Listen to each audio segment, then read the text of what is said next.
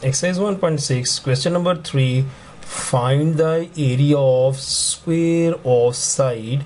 कि अगर आपके पास एक स्क्वायर है और उसकी साइड स्क्वायर क्या होता है, all sides are equal, it's 56 तो इसका स्क्वायर क्या होगा, एरिया क्या होगा, area is equal to length square. It is length, it is also length. हमने एरिया फाइंड करना है तो 56 स्क्वायर मीन के 56 को आपने 2 टाइम्स मल्टीप्लाई करने हैं and your answer is 3136 square centimetre. Question number 4, A part, express square root of 252 as a times square root of b. Find the product of a and b. So that's very important question. Cambridge में ये question आ चुका है इस तरह का. तो आपने 252 को a times square root of b में एक्सप्रेस करना है. सबसे पहले तो ये काम करना है. इट्स मीन कि this is a incomplete square root. 252 is not a perfect square number. तो आप इसके पहले बना लें प्राइम फैक्टर्स. 252 के पहले बनाते हैं जी प्राइम फैक्टर्स. सो आपके पास आ गया जी 2 1s are 2, 2 2s are 4, 2 6 are 12, 2 6 12, 2 3s are 6. अब ये 2 से डिवाइड नहीं होगा. 3 2s are 6, 3 1s are 3, 3 7s are and 7 1s are. हम इन नंबर्स को अब हम प्राइम फैक्टर्स फॉर्म में लिख लेते हैं. इसे 2 स्क्वायर इंडेक्स नोटेशन में लिख लिया, इसे 3 स्क्वायर इंडेक्स नोटेशन में लिख लिया and it is equal to 7. No this square is cancelled by this square root, this square is cancelled by this square root और आपके ये 2 भी स्क्वायर रूट से बाहर आ गया, 3 भी स्क्वायर रूट से बाहर आ गया. अब आपके पास 7 रिमेन इनसाइड क्योंकि ये स्क्वायर रूट से कैंसिल नहीं होगा और ये इम्परफेक्ट स्क्वायर रूट है और इसका परफेक्ट आंसर नहीं आता. तो आपके पास जो फाइनल आंसर बन रहा है इट इज इक्वल टू 6√7. तो ये वही फॉर्म है a√b. a√b की फॉर्म ही है ये. So what is a? So a is equal to 6 and what is b? And b is equal to 7. b is equal to 7. अब आपके पास जो क्वेश्चन पूछा गया है product of a and b कि a और b को मल्टीप्लाई करके आंसर निकालें. Product mean multiplication. तो 6 times 7 and your answer is 42. This is our final answer. 42 is final answer. Part B, square root of 180 can be expressed. हम इसे express कर सकते हैं under root p times under root q square root q. It means this is a imperfect square root number. 180 is an imperfect square root number. A square root of 180 is an imperfect square root and 180 is an imperfect square number, is not a perfect square number. Method वही है जो हम part A में discuss कर चुके हैं कि आप 180 के प्राइम फैक्टर्स बनाएं.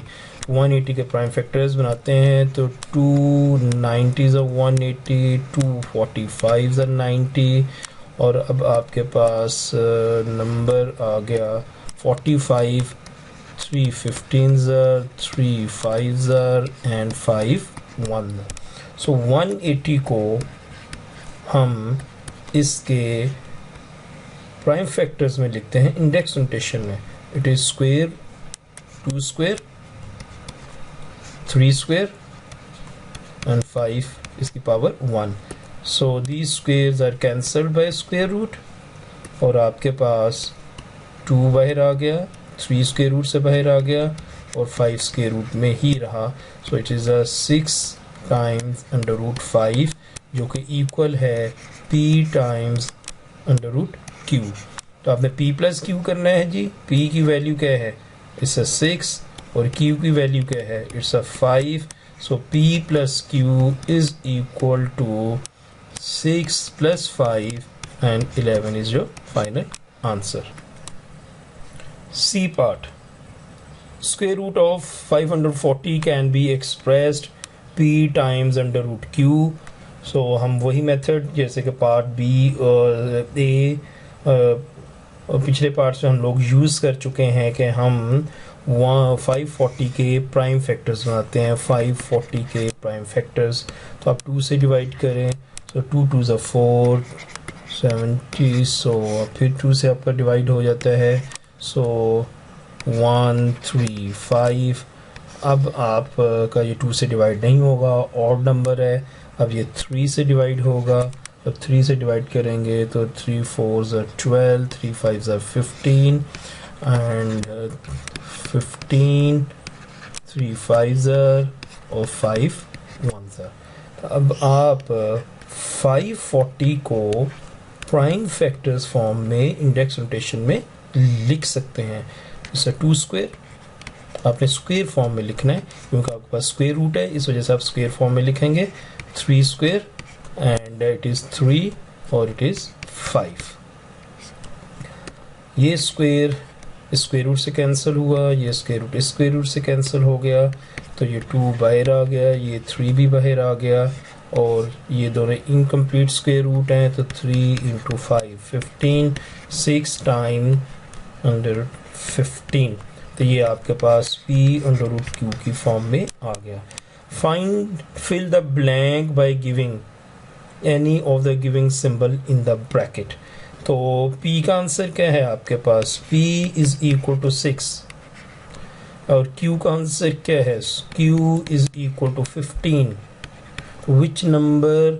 This is the p which is 6. This is 6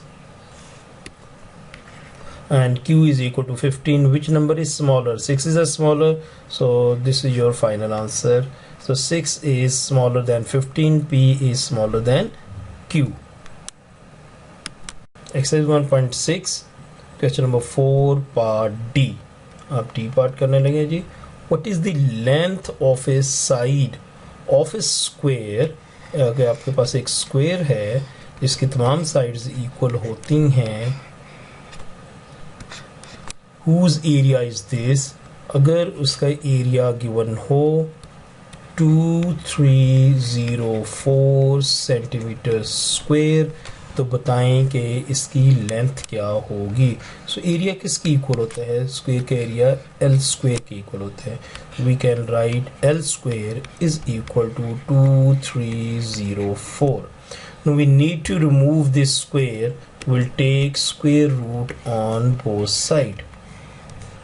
It is cancelled. तो आपके पास आ गया जी स्क्वायर रूट ऑफ 2304. स्टूडेंट, अगर आपके पास पेपर 1 है तो आप इसे किस तरीके से इतने बड़े नंबर का स्क्वायर रूट फाइंड करेंगे? अब वही मेथड यूज़ करेंगे जो हम पिछले क्वेश्चंस में यूज़ कर चुके हैं कि आप इनके बनाएंगे प्राइम फैक्टर्स. 2304 के आप इनके बनाएंगे प्राइम फैक्टर्स और फिर इनकी मदद से आप इसका स्क्वायर रूट फाइंड करेंगे. तो let's make prime factor of 2304. सो 2 के साथ डिवाइड करें तो आपके पास आंसर आता है 1152. ये भी इवन नंबर है, ये फिर 2 से डिवाइड होगा तो 576 इवन नंबर है, फिर ये 2 से डिवाइड होगा 288. ये भी इवन नंबर है, ये भी 2 से डिवाइड होगा 144 इवन नंबर है, 2 से डिवाइड करें 72.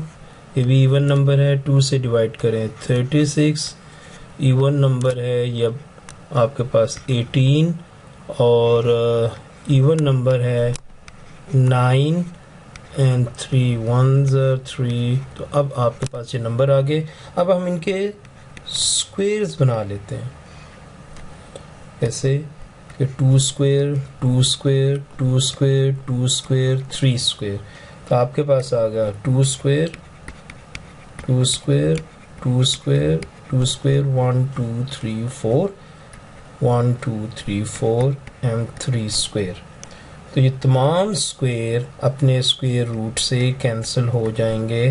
तो आपके पास जो बाहर नंबर आएंगे वो क्या होगा जी, 2 times 2 times 2 times 2 times 3। So this is your answer 48.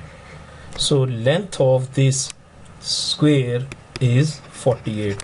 Dear student, actually this was the application of square root कि आपके पास जब एक बहुत बड़ा नंबर हो और कैलकुलेटर ना हो तो आप किस तरीके से उसका स्क्वायर रूट फाइंड करते हैं।